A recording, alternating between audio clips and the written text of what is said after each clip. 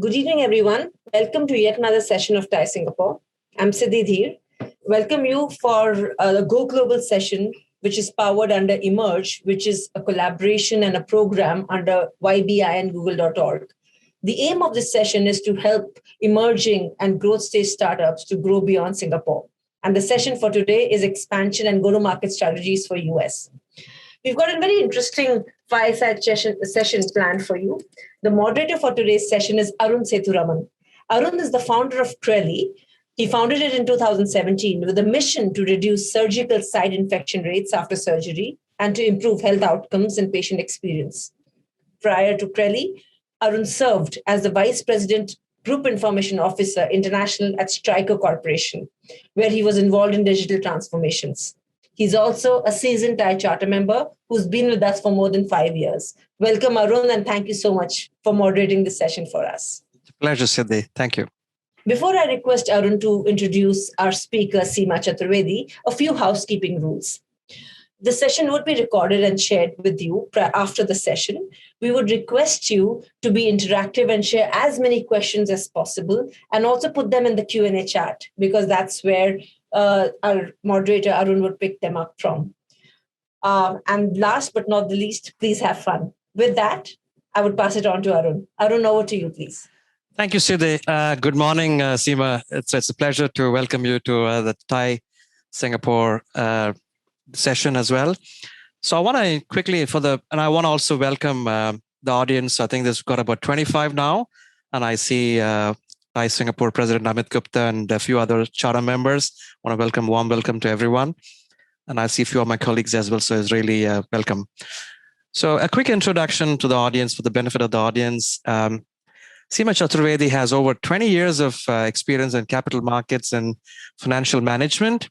So she's an entrepreneur, an investment banker, and an investor. And she brings a very unique perspective to the strategic planning and investment process.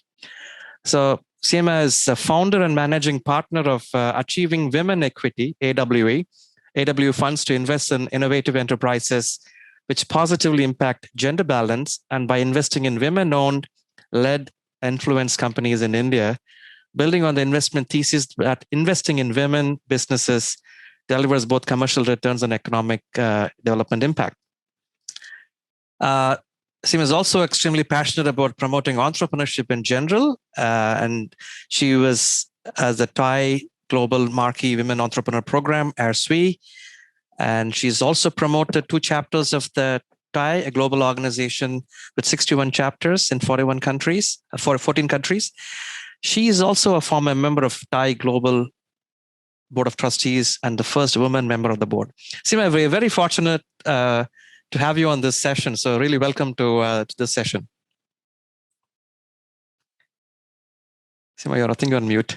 It would help to be unmuted.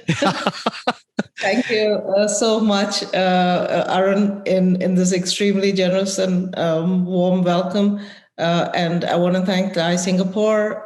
You have an amazing team and a lot of friends. I'm seeing some of my friends join in. So TiE Singapore is a phenomenal leader in many respects, and we are very, very thrilled and excited for the leadership. So it's a real honor to be speaking with all of you in TiE Singapore. Great. So I know, Seema, it's morning 7 a.m. Eastern time, but it's 7 p.m. in Singapore. So let me start off with asking a very personal question. So Singapore is a foodie nation. So what's your favorite food? What do you like? Without a doubt, Indian food. Okay. Good. Love nuanced flavors of Indian food.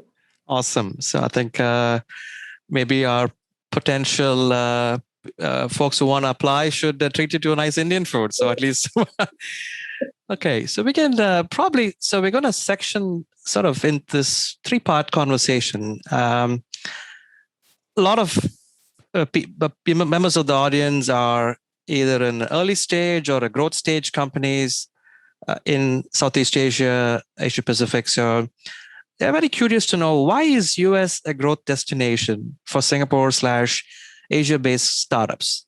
Give us a macro view. Why is this a market an attractive market for folks here? Well, I think, just looking at the sheer size and the numbers, it is a 22, $23 trillion market, a market size that you really cannot ignore. You Mm-hmm. start with that macro level of understanding a sizable market where, it is a open market in terms of wanting to be able to take in products and services from various in terms of regulatory, and I was going to talk about that later, but Mm-hmm. just the sheer size Mm-hmm. drives a lot of companies to say, if you're going to go big, here is a market that you can actually go really big in. Consumer spending is a very significant component of the GDP of the United States. And so it is a market that anybody looking to scale Mm-hmm. cannot ignore. And then the multiple different factors related to the ability to actually execute contracts, have your agreements honored and commitments honored in a manner that you're not getting the short end of the stick. Mm-hmm. Make it a level playing field. And as a first generation immigrant, of all the countries that I have visited and lived in, this is the one country that is actually very, very welcoming of immigrants, despite all the political rhetoric that, we will not go into. But how many other countries really welcome immigrants in a manner that make it their own home? And I can say that with conviction that outside of India, which is where I grew up, this would be that one country where I feel entirely at home. Having said that, I've been here 30 years, so it is home, but size of the market and the one place everybody is welcome would make it good factors for you to start thinking about expanding your business in US, among many others. Among many other things, yes. Yeah, I know in your career, you've managed, you've funded, you've evaluated, you've really mentored a lot of companies, small, medium, large. Would you be able to share one or two stories or case studies from your portfolio companies or companies that you worked with? What situation, what circumstance were they in before they said, look, I need to expand and grow in the US market? What were their circumstances? How did they approach the whole problem of expanding? And where are they now? Just share us some stories. I think stories resonate well with this audience here. Sure. So I'm going to take a couple examples, and I'll start with one, which is a little big. It was a bigger company that I was essentially advising the board of directors. So in my, I call myself a recovering investment banker, but in terms of strategy and growth expansion, it was a slightly bigger company that was doing decently well. It's in India, but its markets were very, very small for what it was doing, and it was actually in manufacturing engineered products. And they were trying to access the US market in terms of customer base, but it wasn't as successful. The volumes were not there. India did not offer the size and the scale that they were wanting to grow to. And from just a sheer size of the Indian market for their products, did not seem to be adequate. At a time when a lot of the companies were actually expanding to Europe because that seemed a closer hop over there, because they were highly precision engineered manufactured products. They thought that US would be a good fit, but just didn't know how to go about doing it. So we came in and we studied the market for them, realized, and this was also, it's a dated example, but it was also a time when companies in India were slashing their costs or were the price arbitrage was very, very significant.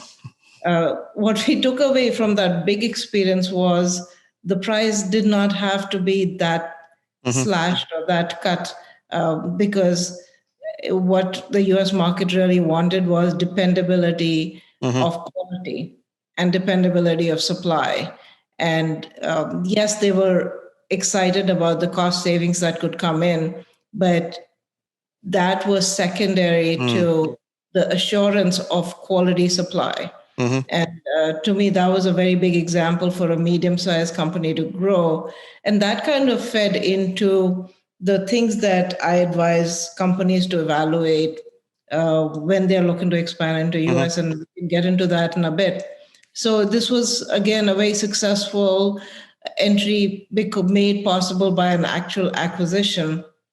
And that is, again, a route that small to medium-sized companies can consider. It's coming in through an acquisition of an onshore operation, which gave them a lot of benefits in terms of the customer base, but also processes, enhancing their go-to-market strategy, etc. And we can again get into that. The second one was closer to being a startup. It was not exactly an idea phase. It was a post-revenue company, again, out of India. And what they realized was that they were servicing, it was more a SaaS-driven model where they recognized, and this was fairly more recent, that they could, in the ed tech space, that sitting in India, they were able to essentially address the entire world as their market. They found the commonality of English language, again, the fact that their contracts were honored and people would actually pay something that was very, very valuable for them. And then again, the sheer size. So that again was a very interesting example of this edtech company to expand rapidly.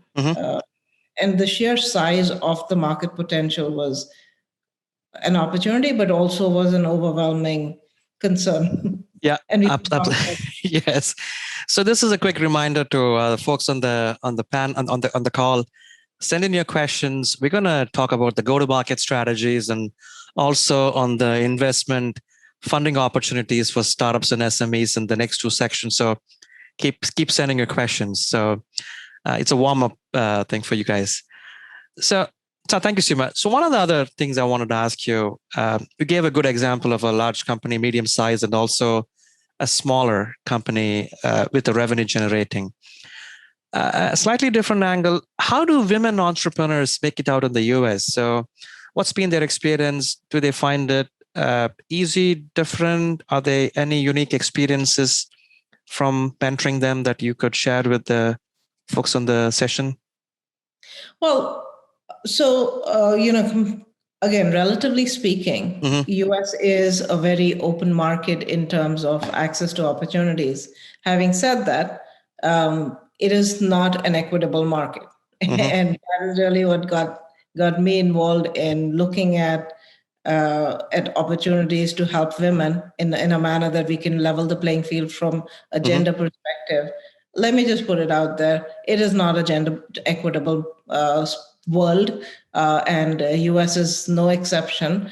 The fact that less than 3% of venture funding goes to women founder businesses is just so stark a statistic that you cannot ignore the fact that it's not a pipeline issue at all. It cannot be a pipeline issue when you have such talented women. And so yes, it is not easy. Having said that, it is a lot more as an environment. In general, it is a very supportive environment to promote entrepreneurship. I mean, and it's really a function of all of us being an immigrant culture. All of us, to be an immigrant requires hustle. I mean, it's the fundamental DNA of this country. And by that very definition, it is a lot more tolerant, a lot more welcoming, but it is by no means the same level playing field for women. Having said that, it is much better than most countries in the world. Yeah, absolutely. And I think that you raised a very interesting and important point, the extent of venture funding received by women. But also there are lots of support networks women form, and then there's mentoring opportunities to be mentored by experienced startup and founders as well. So I think for the people in the audience to say, look, hey, is all not really favorable for me? But I think I would encourage all the women entrepreneurs and wannabe entrepreneurs to really ask the questions. And there's a lot of support. For example, small business grants. There is, I believe, a specific preference for women-founded enterprises as well. So I think there's some support coming up. But yes, it's a fact of life that women entrepreneurs could get more support globally. No doubt, and yeah. So we've got some question. We got a question. What's the best approach to enter US market for an end-to-end enterprise B2B e-commerce commercial excellence supply chain platform? So either we could take this, or that's a good segue to our go-to-market strategy. Why don't we do that? So that's a good segue to our next section, but let's let you take the question now. Sure. So for the B2B company, I'm going to actually start with the macro and then drill into the micro. Look, stepping back, and something, Arun, that will eventually come up, so I might as well take that right now. Stepping back as a company, first, there are fundamentals that you have to have in place when you're expanding to any new market, US specifically as well. And, what do I mean by that?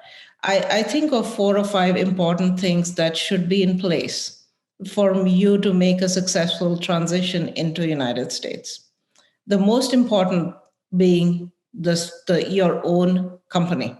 And your own capacity. And what do I mean? So by that, review of your own company, understand and then we'll use your company's example as a case study effectively of how we can expand. But in general, what I mean by reviewing your own company is look at what your product or service is and what is it that in terms of the market that you are looking to go into. I have seen a lot of companies fail to successfully enter US markets simply because they did not understand their own company, forget understanding US. And I know I'm speaking in generality, but it is very critical that you know what the product market fit, if you will, of your own company's products and services are with that of the markets in US. And misreading that is a big number one mistake. And I say that because I opened my comments by saying it's a very sizable market, which is an opportunity, but is also a threat in terms of not understanding the nuances of the market.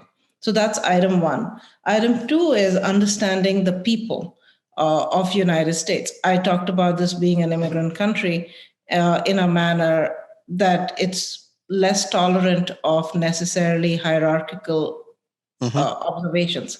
So and I have seen, again, it has been a massive learning curve for companies coming out of Asia, where the expectations of the roles of people are a lot different.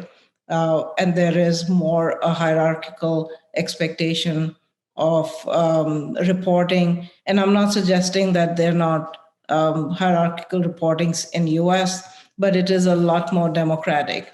And while people in Asia might say that we are very, and given that there's a lot now of cross-pollination of people who work in North America, it's less prevalent now. But I have seen companies that have come out of, for example, India, struggle with that initially big time, to the extent that it could have unraveled that whole expansion to the United States.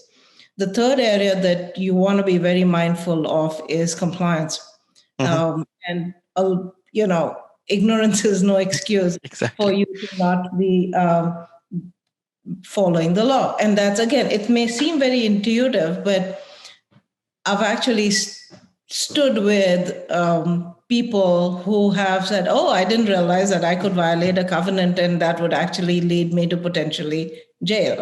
And I know as a country, Singapore is very, very mindful of all kind of compliances. So it might be a lesser issue for companies. Again, it's in the ethos, but compliance is a very, very big issue in US. And that relates to planning your structure without going into entire details, but planning your structure on how your company is going to look like, registering your company, how you're going to be doing your reporting requirements, payroll, etc. So there's a whole legal aspect for that compliance aspect.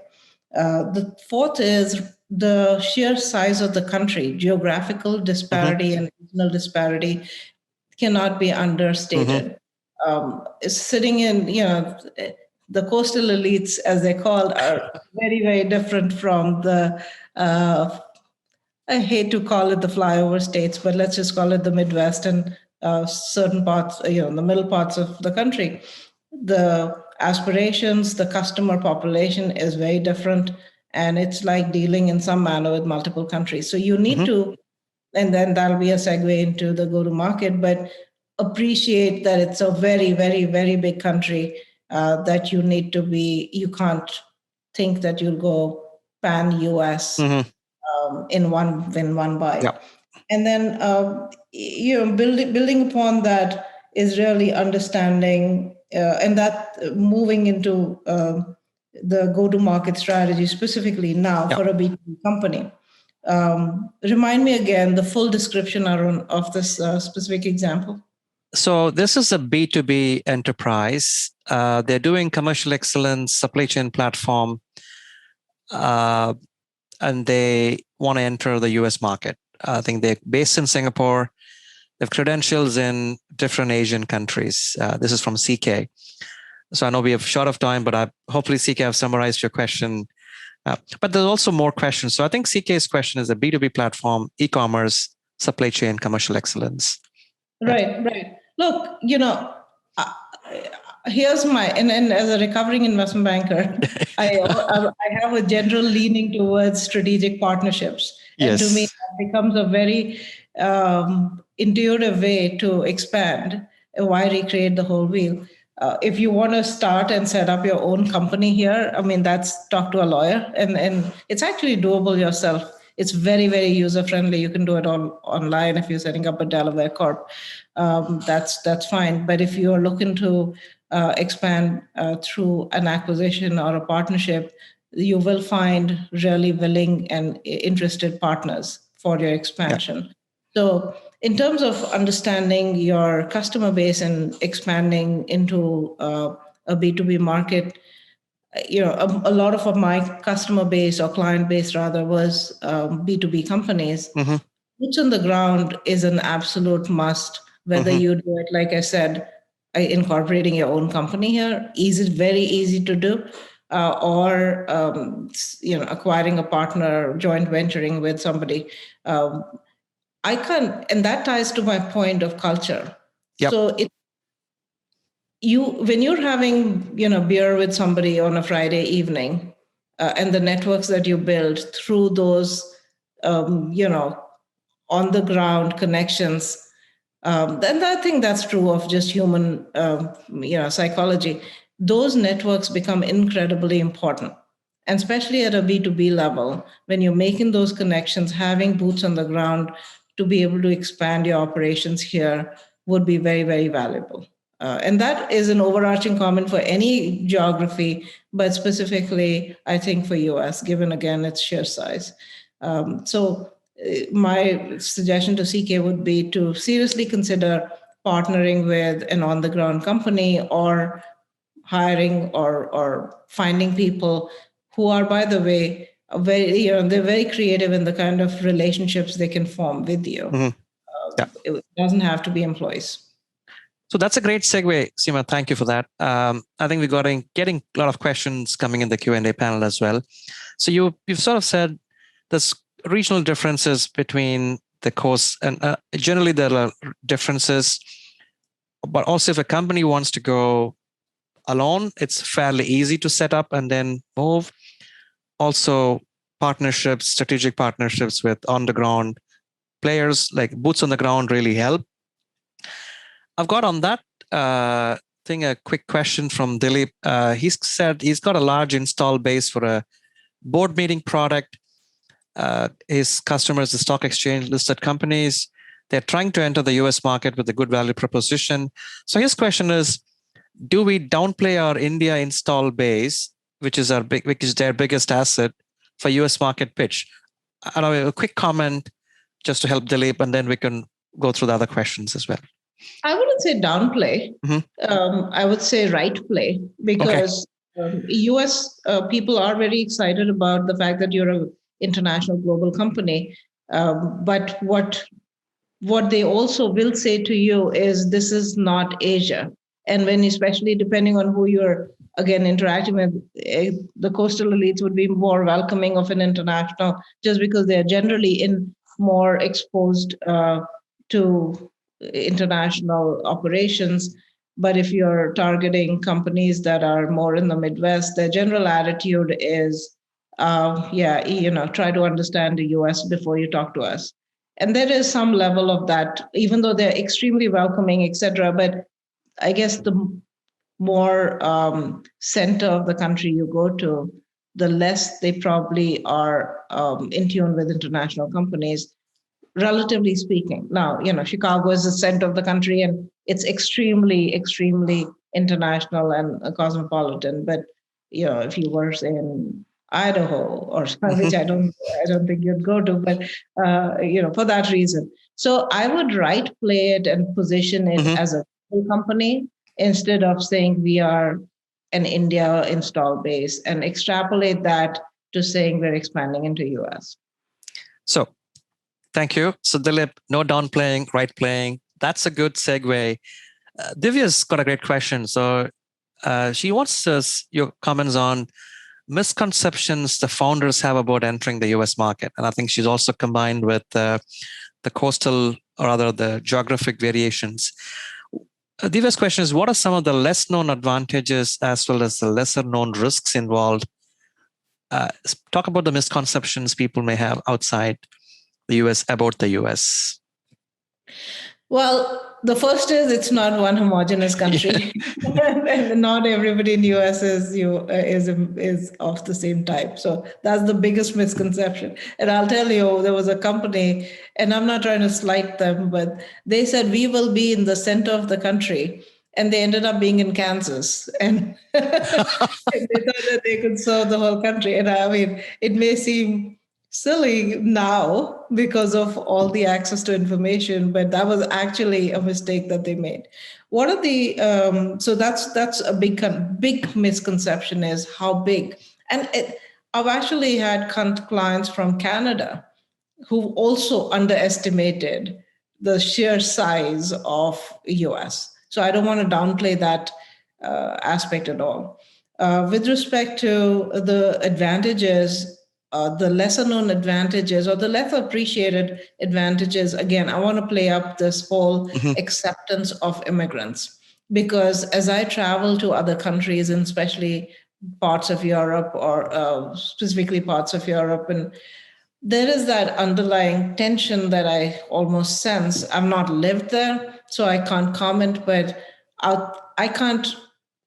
And despite all the issues of racism, et cetera, that happen, and every country has an ugly underbelly, I find US to be most accepting, and it still is, quite honestly, the land of opportunity. Yes, I mean, Asia's gotten phenomenal opportunities, but where else can you just arrive and with no backing,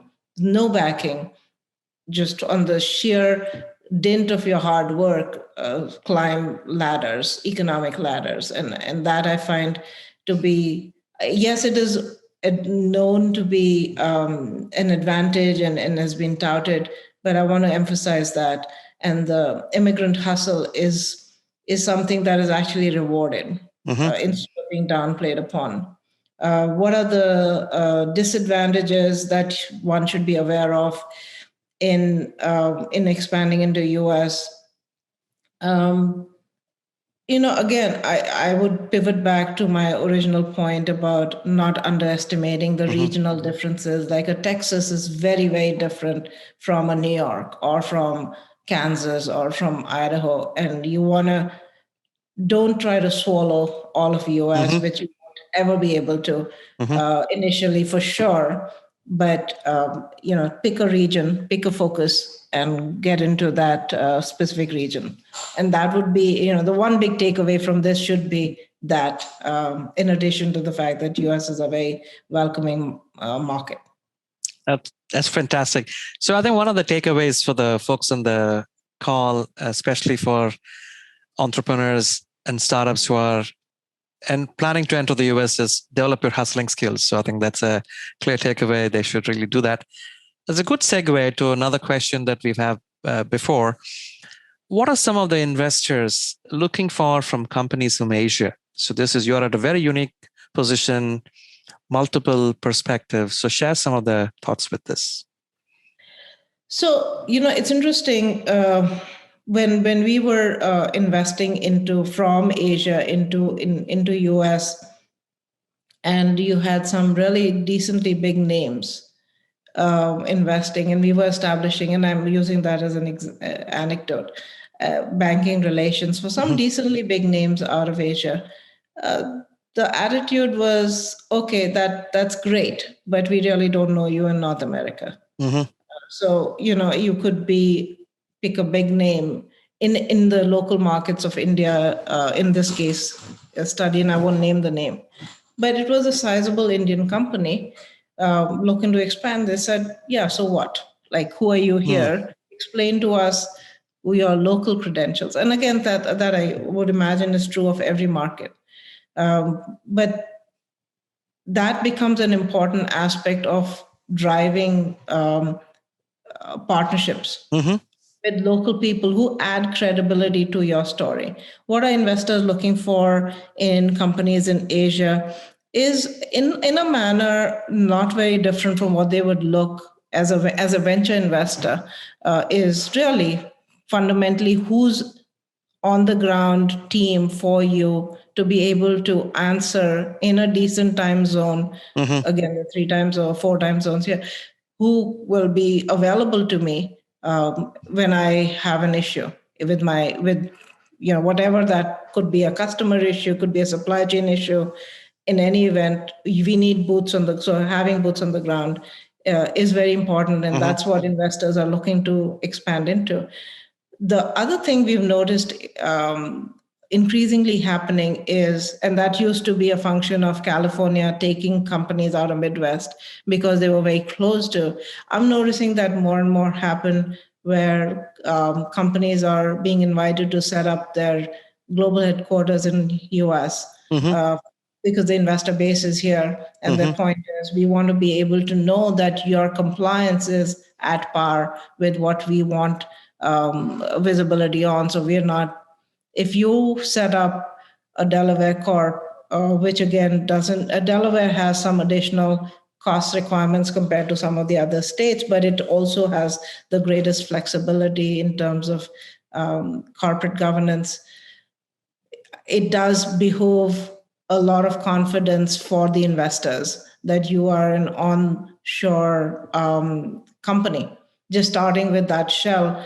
And I'm noticing more. There was one mental health company that we were looking to invest in from our fund, and we could not get to it. We lost it to another investor from US, and the company is based in India, and they flipped that company's ownership into a US-based ownership. And that has also helped them attract a lot more additional capital. So again, the size and scale. Now, you look at the likes of Baiju's, et cetera, and the unicorns that India is producing, Asia is producing. I'm not saying that that's not doable there, but given the infrastructure here in US, people do prefer to have a US corp to the extent they can invest in that corporation. Yeah. Looks like we've almost at the end of our session. So I want to ask one last question. So we're still in the midst of a pandemic, COVID, small, medium businesses struggling, getting some support. Do you see that as an opportunity?